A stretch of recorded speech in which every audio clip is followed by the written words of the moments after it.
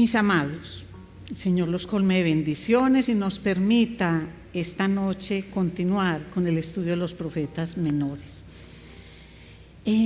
Uno se pregunta por qué los profetas menores no son tan leídos y tan estudiados. Y uno encuentra básicamente dos razones. Número uno, hay personas que dicen, pues que eso es lo mismo. Uno lee Oseas, Miqueas y todos hablan de lo mismo. Todos dicen la misma cosa. Además, estamos en el tiempo de la gracia de nuestro Señor Jesucristo. Ya los profetas menores, como si no tuvieran tanta validez. ¿Y saben qué es lo que dificulta a las personas el entendimiento de los profetas menores? Que se quedan en los nombres de las personas, en los sitios geográficos, en los nombres de los reyes. Y como se dificulta el aprendizaje de eso, entonces mejor voltean la página, mejor dicho, voltean el libro y se van para Mateo, Marcos, gloria a Dios por los evangelios y el Nuevo Testamento. Pero recordemos que Jesús no vino a abrogar la ley. Él no vino a bajarle libros a la Biblia, al canon. Él vino para cumplir la ley. Y todos los profetas tienen cosas muy importantes para decirnos. Y cuando nosotros pasamos los mensajes a través de la cruz de Cristo, porque mis amados, toda lectura, enseñanza del Antiguo Testamento debe pasarse a través de la cruz de Cristo, es decir, a través de la gracia para encontrar el mensaje. Y cuando nosotros hacemos eso, descubrimos que los mensajes de estos profetas son mensajes pertinentes, son para nosotros en el día de hoy, para nosotros los que tenemos a Jesús como el Salvador y el Señor de nuestras vidas. Y entendemos la unidad de la Trinidad, una unidad en medio de una diversidad geográfica, cultural, pero que trasciende el tiempo y trasciende todo, porque Dios nos conoce desde antes de la fundación del mundo y Él sabe nosotros qué necesitamos. Con esto en mente, entonces, mis amados, quiero pedirle al Señor una bendición especial, mi Señor, para todos mis hermanos a través del libro de Nahum. Y que así, Señor, como has bendecido estos días, Señor, a través de los devocionales que he hecho con el libro de Nahum, Señor, de la misma manera traigas riqueza espiritual, enseñanzas, alegría, Señor, al corazón de mis hermanos. Te lo pido, Padre, en el nombre poderoso de Cristo Jesús.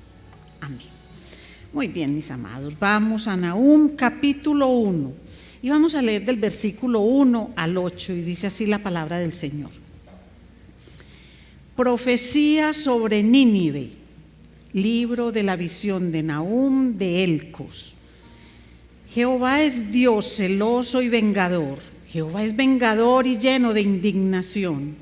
Se venga de sus adversarios y guarda enojo para sus enemigos. Jehová es tardo para la ira y grande en poder, y no tendrá por inocente al culpable. Jehová marcha en la tempestad y el torbellino, y las nubes son el polvo de sus pies. Él amenaza al mar y lo hace secar, y angosta todos los ríos. Basán fue destruido y el Carmelo y la flor del Líbano fue destruida. Los montes tiemblan delante de él y los collados se derriten. La tierra se conmueve a su presencia y el mundo y todos los que en él habitan. ¿Quién permanecerá delante de su ira? ¿Quién quedará en pie en el ardor de su enojo? Su ira se derrama como fuego y por él se hienden las peñas. Jehová es bueno, fortaleza en el día de la angustia y conoce a los que en él confían. Mas con inundación impetuosa consumirá a sus adversarios y tinieblas perseguirán a sus enemigos.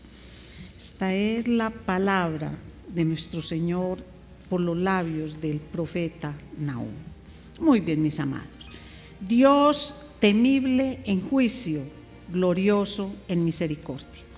Hemos hablado mucho de los atributos de Dios y recuerdan que siempre les he dicho que todos los atributos de Dios son como las caras de una misma moneda.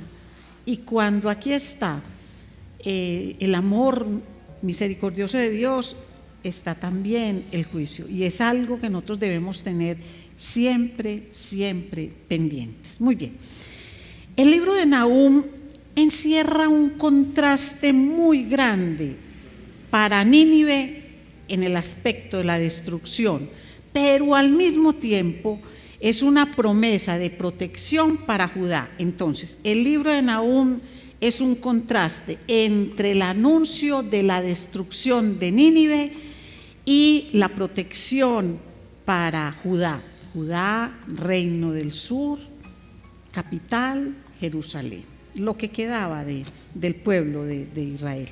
Es decir, que contrasta el juicio implacable de Dios contra el impío, lo contrasta con ese tierno refugio, esa fortaleza de Dios para los que confían en Él. Entonces, qué bueno que notemos siempre ese contraste en toda la lectura del libro.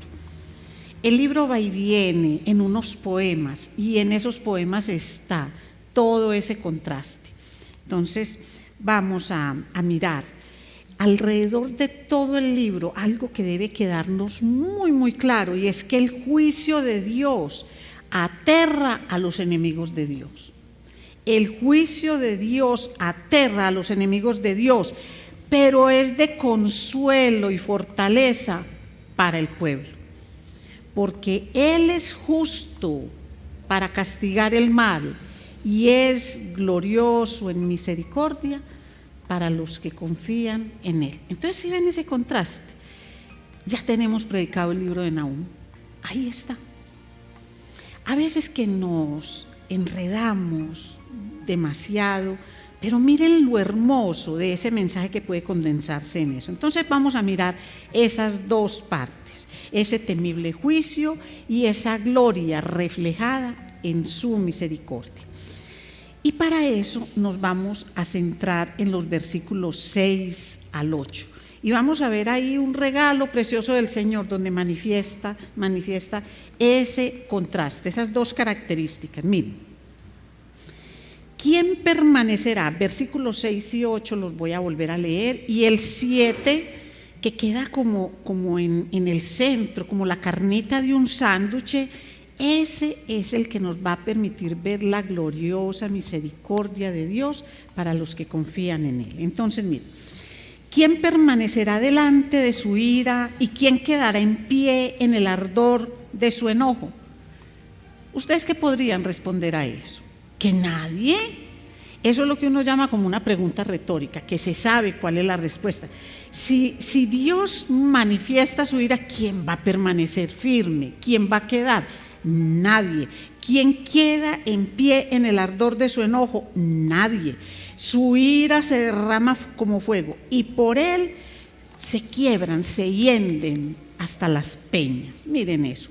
Mas con inundación impetuosa consumirá a sus adversarios y tinieblas perseguirán a sus enemigos. Miren.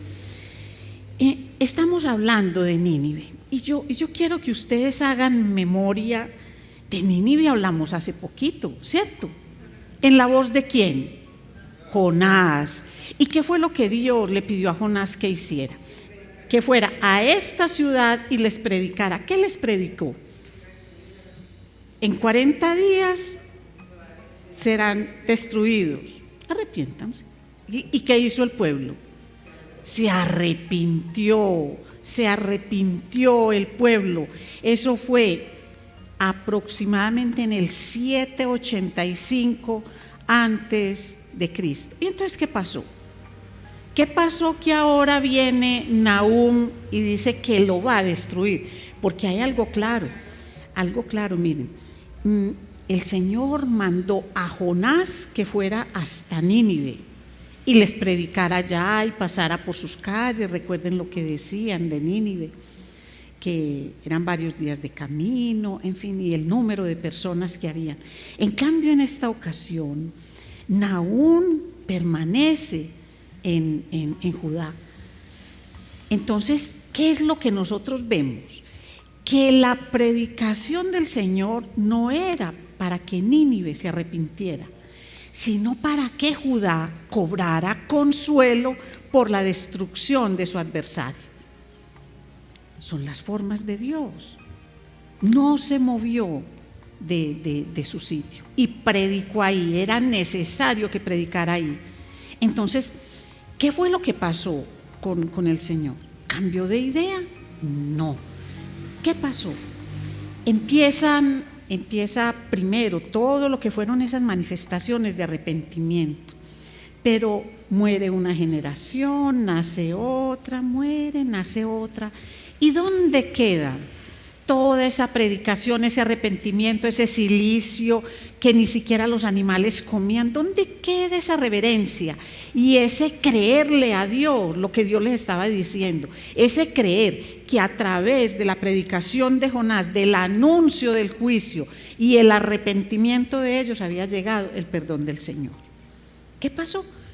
Que en las siguientes generaciones o no se dijo, o no se vivió el arrepentimiento, no se enseñó, y ellos entraron nuevamente en sus pecados, en sus delitos. Eso fue lo que pasó. ¿En qué año predica Nahum? Más o menos entre el 625 y el 615 antes de Cristo. Entonces estamos hablando de, mal contado, 150 años que cambiaron por completo la actitud de un pueblo. Entonces Dios no cambia, Dios no se muda. Cuando Dios le dijo al pueblo que le daba la oportunidad de arrepentirse, que le mandó ese predicador para que se arrepintiera y no lo destruyó, estaba hablando en serio. Pero es que, mis amados, de Dios nadie, absolutamente nadie se burla. Para nosotros 150 años es horroroso, porque si son 150 años de hacer el bien, eso es poquito. Eso es poquito, porque cuando alguien convive con un vecino en paz, eso se hace muy armónica la convivencia, pero vaya, viva 2 meses o 2 años al lado de un vecino cizañoso, dañino, problemático, bulloso, vicioso, encima de eso que le haga algún mal a su propiedad o a su integridad, a ver si ese tiempecito se le hace corto o largo. Eso mismo le está pasando a Judá, es un tiempo supremamente largo. Entonces vivieron un tiempo de amargura, pero como de Dios nadie se burla, entonces Dios levantó a Nahum, pero no esperando a que se arrepintieran, porque el Señor ya conocía ese corazón. Era para declarar lo que les iba a pasar. Los oyentes de Nahum no fueron los ninivitas, seguramente les fueron con el cuento. Todo se pasaba oralmente. El uno le contaba al otro, y los mercaderes: ve, hay un tal Nahum por allá en Judá, está hablando, diciendo que esta potencia que estamos viendo, este esplendor, esta majestuosidad, un día se va a acabar. Uy, qué loco. Es que ese pueblo que tenemos como tributario, con razón que lo hemos acabado. Si nosotros gobernamos sobre ellos, mandamos sobre ellos, más o menos esa era la actitud. Entonces empieza Nahum a mostrar cómo son las características de Dios, y lo vemos ahí brevemente en los primeros versículos que ya leímos. Un Dios celoso, vengador, lleno de indignación. Y uno dice, pero es que esas son características como muy negativas y muy humanas. Pero es que cuando nosotros hablamos que Él es un Dios celoso, fuerte, no es porque hayan otros dioses, sino porque Él todo lo ha dado y Él es el único Dios verdadero. Entonces, cuando hay idolatría, cuando los pueblos se desvían hacia otros dioses, hacia otros amores, Él reclama. Y Él es vengador. ¿Vengador por qué? Porque es que lo que le hacen al pueblo de Dios se lo hacen a Él. Recuerden cuando Jesús se le presenta a Pablo y le dice: Pablo, ¿por qué me persigues? ¿A quién está persiguiendo Pablo?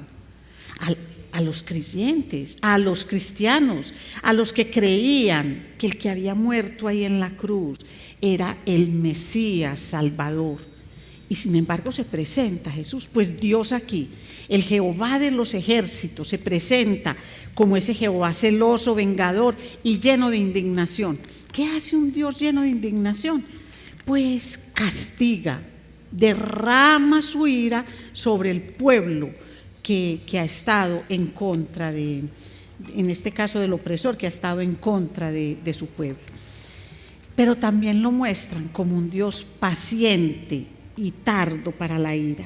Yo no me quiero ni imaginar lo que sentía el pueblo de Judá cuando escuchaba esto, pero Señor, ¿por qué paciente? Como tan bueno cuando es celoso y es justiciero, pero paciente. Y tardo para la ira, entonces, ¿cuántos años más nos va a acabar este pueblo? ¿Cuántos años más va a estar sobre nosotros? Pero es que la paciencia de Dios no termina en una indulgencia, no, sino que termina en disciplina. ¿Pero cuándo? En el tiempo del Señor.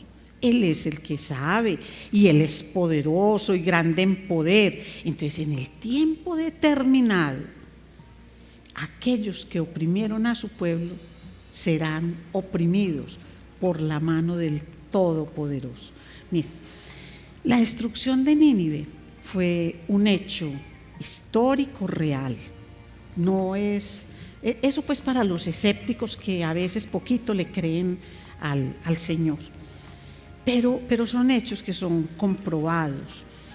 Y se cumplió exactamente lo que dijo el profeta Nahum. Ustedes lo pueden leer en los capítulos 2 y 3, donde detalla todo lo que les iba a hacer. Nahum predicó aproximadamente entre el 6:25 y el 6:15. A los 3 años, y fue pues en el 6:15 la predicación, en el 612 antes de Cristo fue la destrucción de Nínive. 612 antes de Cristo fue la destrucción de Nínive. ¿Y quiénes la destruyeron? Mire cómo un pueblo oprime, pero se levantan y se convierte en una potencia, pero se van levantando otros que se convierten también en potencias, tristemente, haciendo mal uso del poder. Pero aquí lo que estamos mirando es que Dios prometió que Nínive era destruido y Nínive fue destruido. ¿Quiénes se unieron? Hubo una coalición para destruir a Nínive por lo grande que era, por lo poderoso que era, por el armamento que tenía, por lo adiestrados de sus ejércitos tenía, por la fortaleza que tenían. Miren, Nínive, dicen los historiadores, al encontrar solo un poquito de las ruinas de ellos, dicen que los muros subían más de 20 metros, tenían un doble muro, por si uno era derribado estaba el otro. Eran rodeados por un estanque que medía 15 metros de ancho y 18 metros de profundidad. ¿Quién entra? Es difícil. Entonces uno dice una verdadera fortaleza, y si a eso unimos todos los atributos bélicos que ellos tenían, entonces cualquier pueblo era pequeño para luchar contra ellos. Pero el Señor permite que se haga una coalición entre Babilonia, los medos y los pueblos nómadas del norte, que estaban cansados de soportar todas las perversidades que el pueblo asirio les hacía. Entonces ellos se unen y sitiaron la ciudad durante varios meses. Porque mire, si lo sitian, ¿cómo entran alimentos? Lo mismo que le hicieron a Jerusalén, que es lo que describe Jeremías en Lamentaciones, la manera como el pueblo sufrió, que terminaban comiéndose a sus pequeñitos para no morir. Entonces sitiaron la ciudad durante varios meses. Miren, donde Dios mismo dice que las aguas los inundarían, hay un hecho histórico también, y es que Dios permitió que el río Tigris pues se desbordara de tal manera que socavó esas murallas.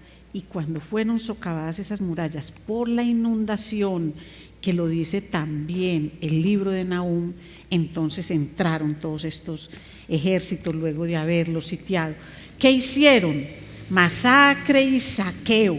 Mire nada más el capítulo 3, versículo 1 al 3. Ay de ti, ciudad sanguinaria, toda llena de mentira y de rapiña, sin apartarte del pillaje, chasquido de látigo y fragor de ruedas, caballo atropellador y carro que salta, jinete enhiesto. Un jinete enhiesto es un jinete erguido, preparado para la guerra. Y resplandor de espada y resplandor de lanza y multitud de muertos y multitud de cadáveres, cadáveres sin fin, y en sus cadáveres tropezarán. A causa de la multitud de las fornicaciones de la ramera de hermosa gracia, maestra de hechizos, que seduce a las naciones con sus fornicaciones y a los pueblos con sus hechizos. Y sigan leyendo, hasta que al final llega al versículo 19. No hay medicina para tu quebradura, tu herida es incurable, todos los que oigan tu fama batirán las manos sobre ti, porque ¿quién no pasó continuamente tu maldad? Es decir, todo el que sabe que Nínive es destruido va a aplaudir. Ahora, ¿creen ustedes que esto es una invitación de Dios para que nos gocemos del mal de otro, así sea nuestro enemigo? No.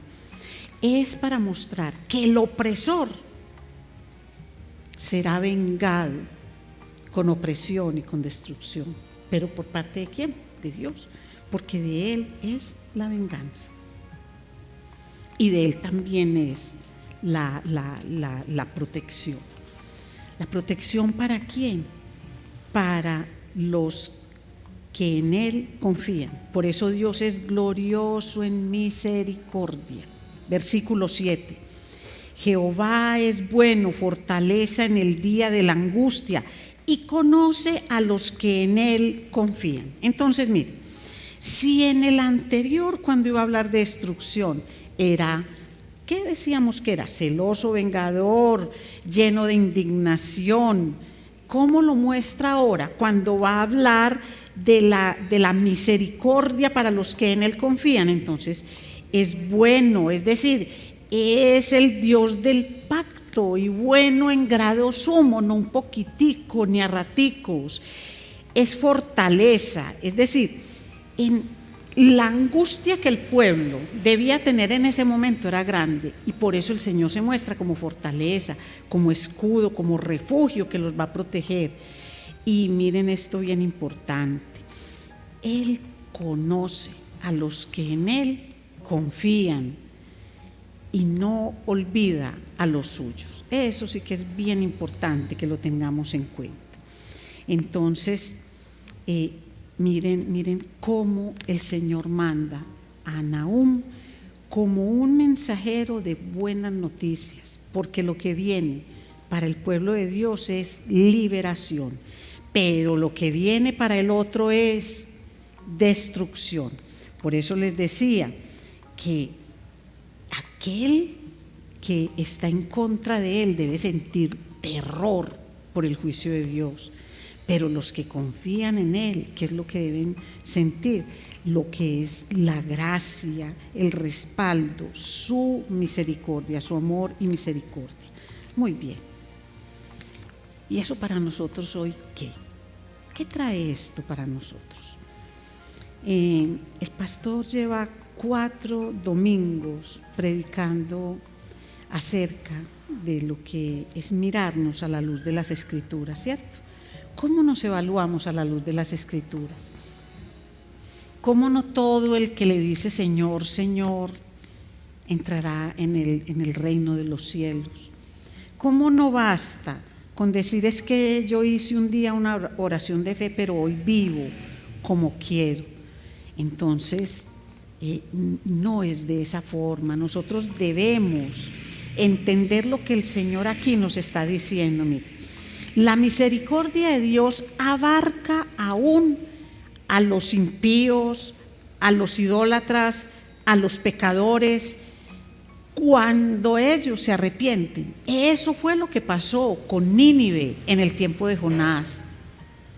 Ellos dieron señales de arrepentimiento. ¿Cuánto duraron esas señales de arrepentimiento? No sé decir.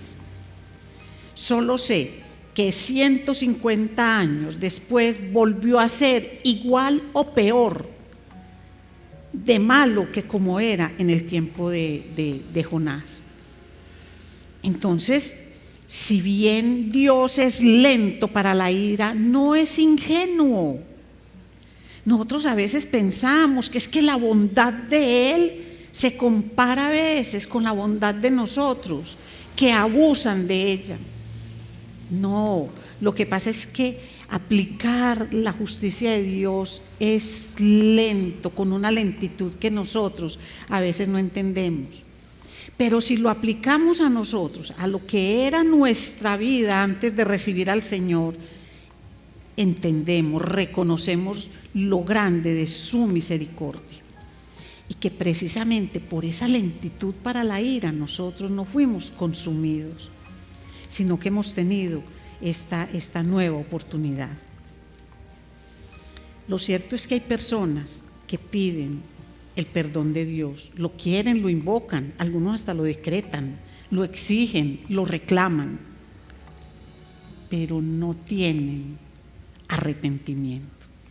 Pueden mostrar un eventual remordimiento, pero eso no transforma, y eso es supremamente pasajero.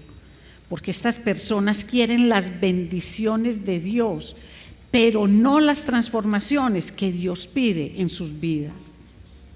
No solamente para mostrar a otros, lo cual es algo hermoso que el Señor nos invita a hacer, sino para que crezcan interiormente, para que en esa comunión con el Señor se dé una relación que sea verdadera, que efectivamente la persona aprenda a conocer al Señor. Y cuando el pecado reina en la vida de una persona, por más que la persona venga a una iglesia, la persona no logra esa relación de comunión con el Señor, que es lo que el Señor pide. Eso es lo que Él pide. Nosotros sabemos que tenemos un Dios de oportunidades, pero ¿saben algo? Si bien la misericordia de Dios es tan grande como el universo, que para nosotros sabemos que es infinito, las oportunidades de Dios no son eternas. Lo que es eterno es la salvación, cuando se recibe, cuando se cree, cuando se entiende. Eso sí es eterno.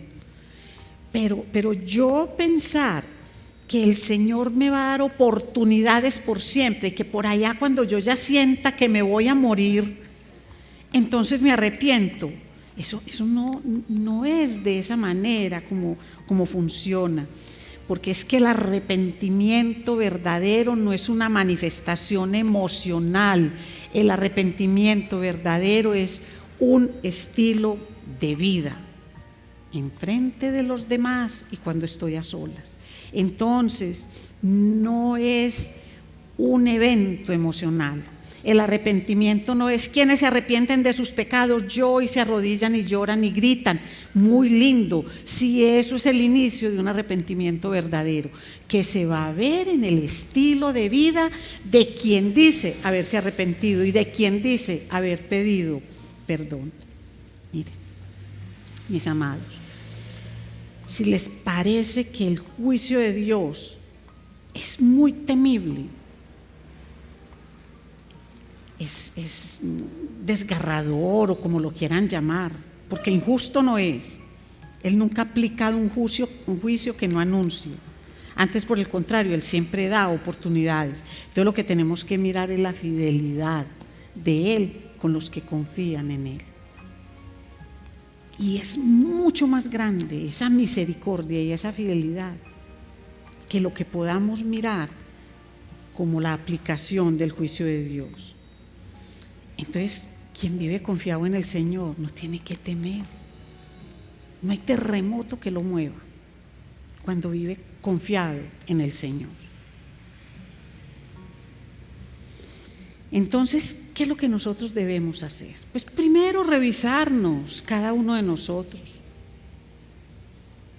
Porque es que se sentía un fresquito cuando uno escuchaba que arrepiéntete y no fue destruido. En 40 días te voy a destruir, pero se arrepintieron. Hay muchas posibilidades, pero el tiempo se agotó. 150 años. De pronto 3 generaciones, poco más. En el tiempo no era tanto lo que vivían como cree la gente. Más o menos 3 generaciones. Pero llegó la aplicación del juicio. Entonces, es mirar que nosotros no podemos abusar de esa misericordia de Dios. Porque la misericordia de Dios no es una licencia para pecar. La gracia de Dios no es una licencia para hacer lo que nos dé la gana. Como dicen muchos, es que Él ya murió en la cruz, no tiene que volver a morir, ya murió. Y lo desafían a uno diciendo, ¿cierto que Él murió por los pecados que yo ya cometí? Que Él murió por los pecados que estoy cometiendo y por los pecados que voy a cometer. Y la respuesta es sí. Yo no puedo decirle a una persona que no. Yo le tengo que decir que sí, porque es que no lo digo yo, sino que lo dice el Señor. Pero ¿y entonces dónde está el asunto? En el verdadero arrepentimiento. En si yo la gracia la tengo como una patente de corcho para hacer lo que me place. Y de Dios nadie se burla.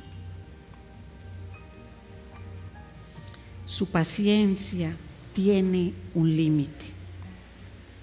La paciencia de Dios tiene un límite. Y recordemos, mis amados, que Dios tiene una vida eterna para ajustar cuentas con nosotros.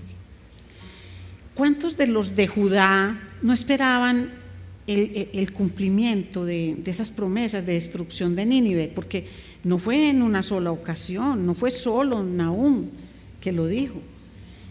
Pero Señor, ¿cuándo? Otro año y nada, otro 31 de diciembre y otro año y nada, y otro año y nada, hasta que llegó el punto.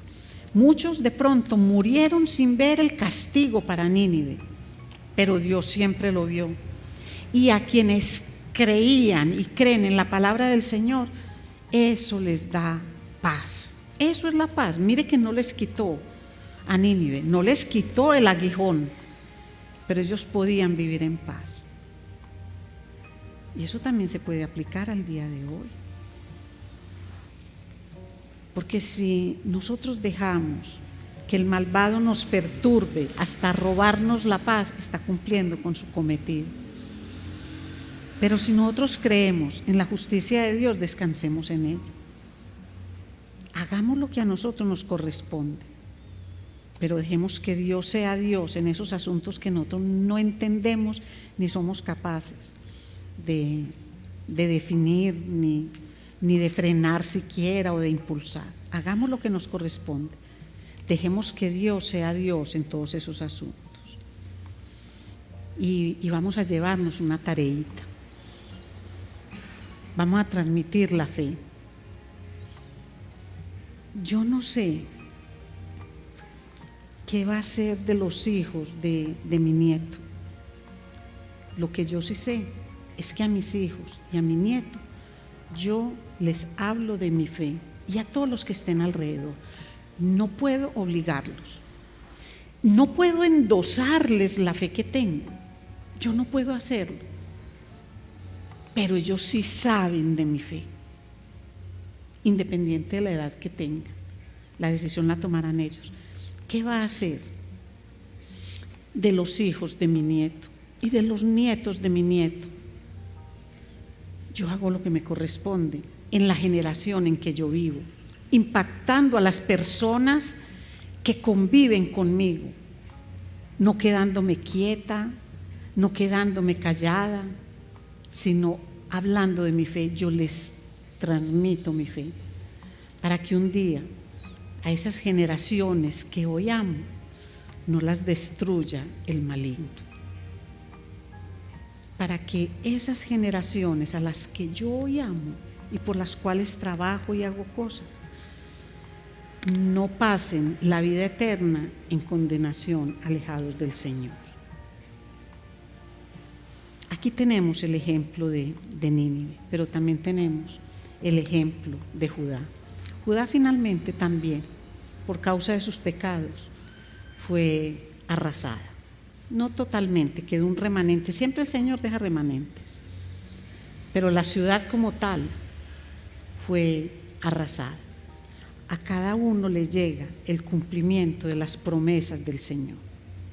Y recordemos que el Señor no solo nos da cumplimientos de paz, de amor y de perdón, sino que también nos dice que abramos los ojos y el entendimiento a lo que realmente significa tener a Jesús como, no solo como el Salvador, sino como el Señor de nuestras vidas. Aprendamos de Nínive y vamos a recordar esos dos discursos. Jonás, en 40 días vas a ser destruido. Se arrepintieron y el Señor detuvo la aniquilación. Con Nahum no les dio plazo, simplemente al pueblo al que ellos oprimían le contó: ellos van a ser destruidos y ya no hay más nada que hacer. Y efectivamente fueron destruidos, porque de Dios nadie se burla. Entonces vamos a darle gracias infinitas al Señor. Padre, gracias, porque tú eres un Dios temible en juicio, pero glorioso en misericordia. Y nosotros, Señor, somos beneficiarios de tu misericordia. Permite, Padre, que entendamos lo que significa pedirte perdón y ponernos en paz contigo. Lo que significa, mi Señor, tener un verdadero arrepentimiento. Que volvemos a pecar, sí, pero no permaneciendo en el pecado, no jugando con la gracia, entendiendo lo que significa ese amor misericordioso de Dios. Padre, ayúdanos, Señor, a no burlarnos de ti, de tu paciencia, de tu misericordia, de cuánto tardas la manifestación de tu ira. Por el contrario, Señor, que doblando nuestras rodillas te demos gracias por tu amor infinito, por tu misericordia, por esa paciencia que tienes con cada uno de nosotros, Señor. Padre, gracias, gracias te damos, mi Señor. Y yo te clamo, Padre, para que este mensaje no se olvide, Señor, que se recuerden pequeñas cosas, pequeños tipsitos que puedan disparar grandes cambios en la vida de cada uno de mis hermanos, como lo has hecho en mi vida, Señor. Porque si el mensaje no cala en lo profundo del predicador, el predicador no tiene autoridad moral para siquiera insinuarle algo a su audiencia. Señor, gracias por lo que has hecho y haces en mi vida. Permite, Señor, que pueda llevar tu mensaje a mi generación, para que las generaciones venideras también puedan adorarte y alabarte. Gracias te doy, mi Señor, en el nombre poderoso de Cristo Jesús. Que sea la unción del Espíritu Santo de Dios sobre todos y cada uno de nosotros. Amén.